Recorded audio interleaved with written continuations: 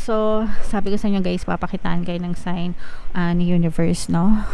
Sa mga nanghihingi ng sign. So, eto guys, meron pang papaparating na swerte sa inyo bago matapos yung taon, mga kapiksi. Bibigyan ka ng mga chance ni universe, other choices to choose from, mga kapiksi. And isa dito sa mga mapipili mong choice, sa mga option na ibibigay sa'yo ni universe, nandyan yung isa sa mga swerte mo sa buhay. Okay?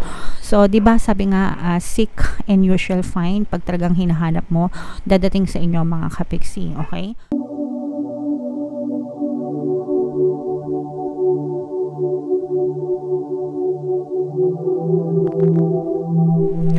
Hello guys, hello Leo, welcome back to Pinoy Pixie Tarot. Ang pamagat ng ating episode for tonight is Full Moon Kapalaran para ngayong November to December para sa Leo, Sun, Moon, Rising Sign, and Venus. Shuffle ko yung cards guys, hanapin ko yung energy ng Moon at saka yung energy ng Leo.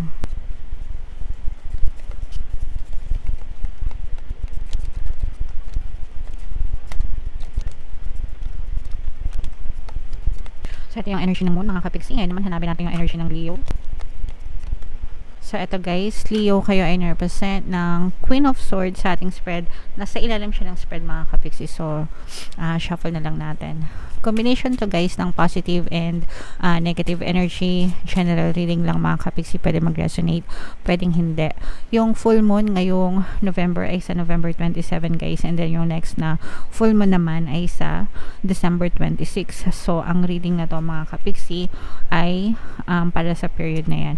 And ang pangalan ng ating full moon ngayon ay Beaver Moon mga kapiksi. Alright, so ito guys, super positive ng inyong energy mga kapiksi ngayong full moon. Kasi yung iba sa inyo guys, may mga mamamanifest kayo ng mga second chances at saka yung mga parang makaka-receive kayo ng answered prayers from the heaven. Yung iba sa inyo guys, nagkakaroon ng changes sa buhay nyo because natututo kayong magpatawad mga kapiksi, natututo kayong mag-let go and mag-move on, no? Kumbaga parang yung iba sa inyo, you're so done. Yeah. I'm so done. You've had enough mga kapiksi. Parang nare-realize nyo na tama na yung karareklamo, tama na yung kakamokmok guys, and parang bibigyan nyo ng chance yung sarili nyo na maging masaya naman. Actually kayo yung nagbibigay na to sa sarili nyo, and the universe is just helping you out mga kapiksi, na ma-realize nyo na ang dami nyo na palang panahon na nasayang sa kamomokmok nyo, and this time around parang babaguhin nyo na yung attitude nyo mga kapiksi. And because of that, bibigyan kayo ng chance ni universe na maging masaya and mag-manifest guys. Ito yung manifestations, no? Ito yung parang second chance ni universe na binibigay sa'yo para mag-manifest yung mga desires mo, yung mga nais mo sa buhay. So you have to persist in this mga kapiksi. Yung mga fears mo, yung mga doubts mo, it's time to say bye-bye to those, no? Magbabay na kayo dyan, i-let go nyo na yan. Yung mga negative emotions nyo, ito yan guys, no? Mga negative emotions nyo, yung mga duda nyo, yung mga takot nyo, yung mga what ifs nyo. Baka may mga what ifs kayo. Let's say for example, gusto nyo magnegosyo, what if mag-fail, what if hindi kumita, what if konti customer, what if hindi maging successful, yun. So magbabay na kayo doon mga kapiksi, and pick up the courage and confidence, no?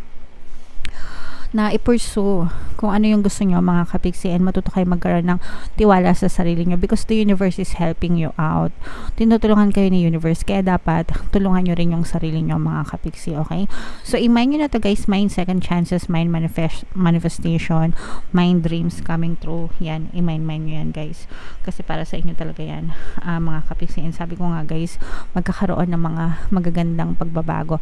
The universe is helping you mga kapiksi, parang imi-mirror sa'yo ni universe kung ano talaga yung gusto mo, okay? Yung iba sa inyo guys, parang feeling ko makita kayo ng signs. Lalo na ako nagdadasal, kaya there are people na nanghihingi ng signs, no? From the universe na kapag ganito, tutuloy ko, kapag ganito, hindi. So, if you are asking for signs, actively asking for signs, mga kapiksi, papakitaan kayo ng signs ni universe, alright? So, ito yung magdadala ng mga magagandang pagbabago para sa inyo, mga kapiksi. For some of you, maaaring parang you're open to learning, or parang natuto na kayo mga kapiksi actually, no? you're open to learning, and at the same time natuto kayo ng leksyon dun sa mga past circumstances nyo. Kaya nga sabi ko sa inyo, parang kayo na mismo yung nagsasabi na I'm done. I'm so done. Tapos na ako sa kakareklamo, tapos na ako sa kakamokmok, magbabago na ako. So parang kayo na mismo yung nakaka-realize nun, mga kapiksi. Okay? So comment down below guys if feeling nyo naka-resonate kayo dyan and yung mga pinapamind ko sa inyo. Ito guys, so ito yung reason kung ba't hindi kayo umaasenso, yung mga limiting beliefs nyo, mga kapiksi. You are trapped, especially if meron kayong mga negative emotions, no? So yung mga negative emotions na yan, yung mga doubts, fears, tapos pagka meron pa kayong mga anger, hatred, resentment, grudges, yung mga mahilig magreklamo, ganyan. So if lahat yun guys, negative emotions yun, and yun yung nagiging reason kung ba't nabibilanggo kayo, nai-stuck kayo sa buhay, wala kayong makitang movement, progress, ganyan, no? So you have to say magbabay na kayo dun sa mga bagay na yon. Ayan guys, swerte oh. Grabe, no? So i-mind nyo na tayo guys, swerte. Yihi. So, sabi ko sa inyo guys, papakitaan kayo ng sign ni universe, no? Sa mga nanghihingi ng sign. So, eto guys, meron pang papaparating na swerte sa inyo bago matapos yung taon, mga kapiksi. Bibigyan ka ng mga chance ni universe, other choices to choose from, mga kapiksi. And isa dito sa mga mapipili mong choice, sa mga option na ibibigay sa'yo ni universe, nandyan yung isa sa mga swerte mo sa buhay. Okay? So, diba sabi nga, seek and you shall find. Pag talagang hinahanap mo, dadating sa inyo, mga kapiksi. Okay? So, it's very important na magkaroon tayo ng, syempre, pagdadasal, palagi magdasal, always pray and affirm, sabayan ng sipag at tiyaga, yung pagkilos, mga kapiksi, and of course yung positibong mental diet, mga kapiksi, para kayong alam niyo yung yung naghahanap ng treasure, ganyan. Parang treasure hunting, ganyan, para kayong makita ng treasure map, no? Hindi yung literal na treasure map talaga, parang figuratively speaking, parang ibibigyan kayo ni universe ng treasure map, tapos parang meron kayo mahuhukay na swerte, figuratively speaking, mga kapiksi. So ibig sabihin nito guys, parang dadating yung swerte sa inyo. Okay? So i-claim nyo na to guys, mind swerte, mind opportunities, mind good luck, mind good fortune, mga kapiksi. So i-mind nyo na yan talaga kasi sobrang positive nyan. For some of you, mayroong gusto mag-reach out sa inyo guys, this may be a past person, pero parang na nangingimi, pag sinabing nangingimi, nagdadalawang isip na mag-reach out sa'yo, lalo na kung ito'y past person mo, ex-person, ganyan, specific person, in love and in relationship, or kahit kaibigan, kasi parang nakagawa ito ng malaking kasalanan sa'yo, and parang nakonsensya siya, and at the same time embarrassed. Okay, pag sinabing embarrassed, nahihiya siya.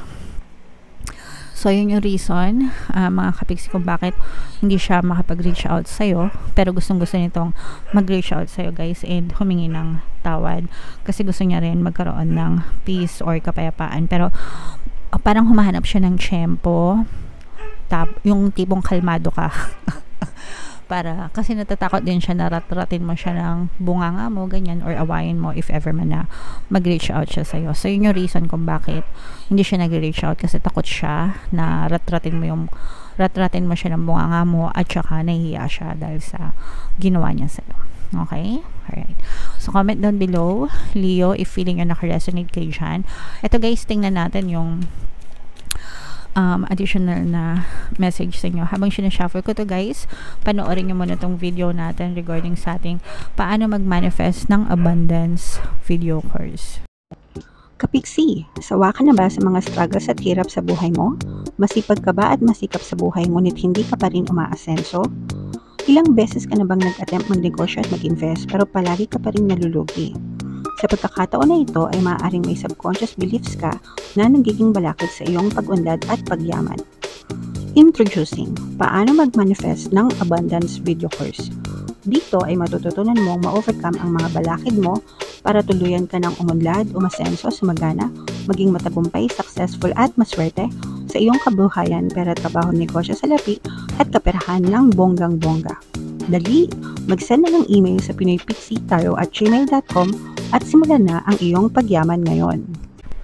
Alright. So, gusto mo bang yumaman, kapiksi? Kung gusto mong yumaman, umunlad at umasenso ng bonggang-bongga, mag-avail kayo ng course kasi sobrang ganda talaga yan, guys.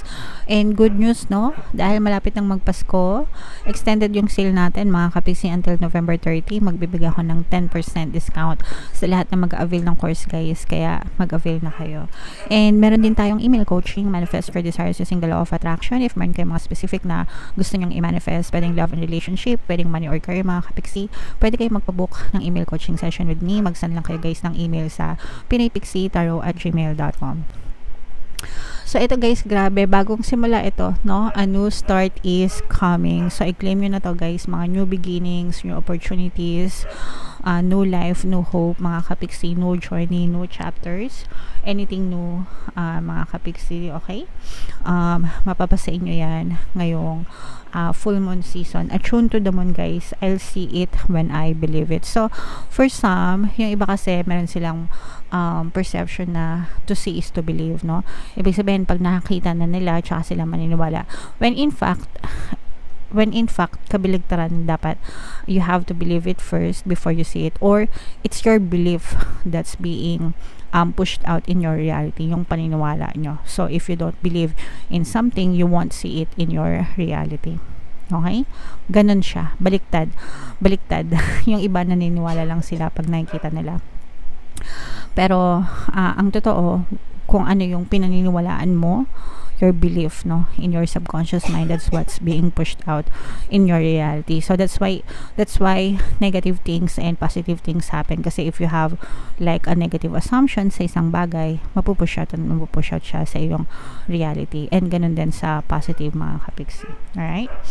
A new start is on its way. So, i-claim nyo na to, guys. Mga new beginnings. Sabi ko nga, new beginnings, new hope, new chapter, new adventure. Yan. So, yeah. You will soon start to feel more hopeful about getting what you want. So, yung iba sa inyo talagang nagiging hopeful kayo doon sa mga bagay na nais nyo, sa mga bagay na gusto nyo, mga kapiksi, para nagkakaroon ulit kayo ng mga inspiration and motivation, especially ngayon, patapos yung 2023, syempre, new chapter tayo for 2024. Nandiyan na yung mga times na mag-goal setting ka, yung mga hindi mo na-achieve sa 2023, kung balak mo pa siyang ituloy sa 2024, yung mga ganun. Your belief, ayan na, kakasabi ko lang, your belief that your dreams can manifest is working well. So, if you have this assumption, mga kapiksi, na mamamanifest mo lahat ng gusto mo, it will definitely be pushed out in your reality. Again, guys, you can be, do, and have anything that you want in your reality as long as you can think about it and you focus on it. Kailangan yung focus na term. Huwag niyong kakalimutan yan, guys. Whatever you focus on, manifest. Pag nakafocus yung isip niya sa isang bagay, it will definitely be pushed out in your reality. Okay? Forget about the past. Tapos na yan, mga kapiksi. Kalimutan nyo na yung mga past, yung mga nakaraan. Huwag nyo nang hayaan na magdusa kayo. Instead, focus on yourself, focus on your desires, focus on your loved ones, mga kapiksi. Kapag doon nakafocus yung attention nyo, yun lang yung makikita nyo sa inyong physical reality. Alright? So, super nice, super ganda ng message sa inyo, Leo. Sana naintindihan nyo. And yung mga pinapakleim ko sa kanyo, yan, mga swerte na yan, guys. I-claim nyo na yan kasi grabe. Okay? Alright. So, ito, guys, yung ating Money 2024 kapalaran. Kung hindi nyo pa napapanood, panoorin nyo na. Super nice, super ganda. And ito naman yung ating success stories ng paano mag-manifest ng abundance video course. Click here to subscribe, mga kapiksi. Thank you for liking, sharing, and subscribing. See you again next time. I love you all. Have a nice day. Bye-bye.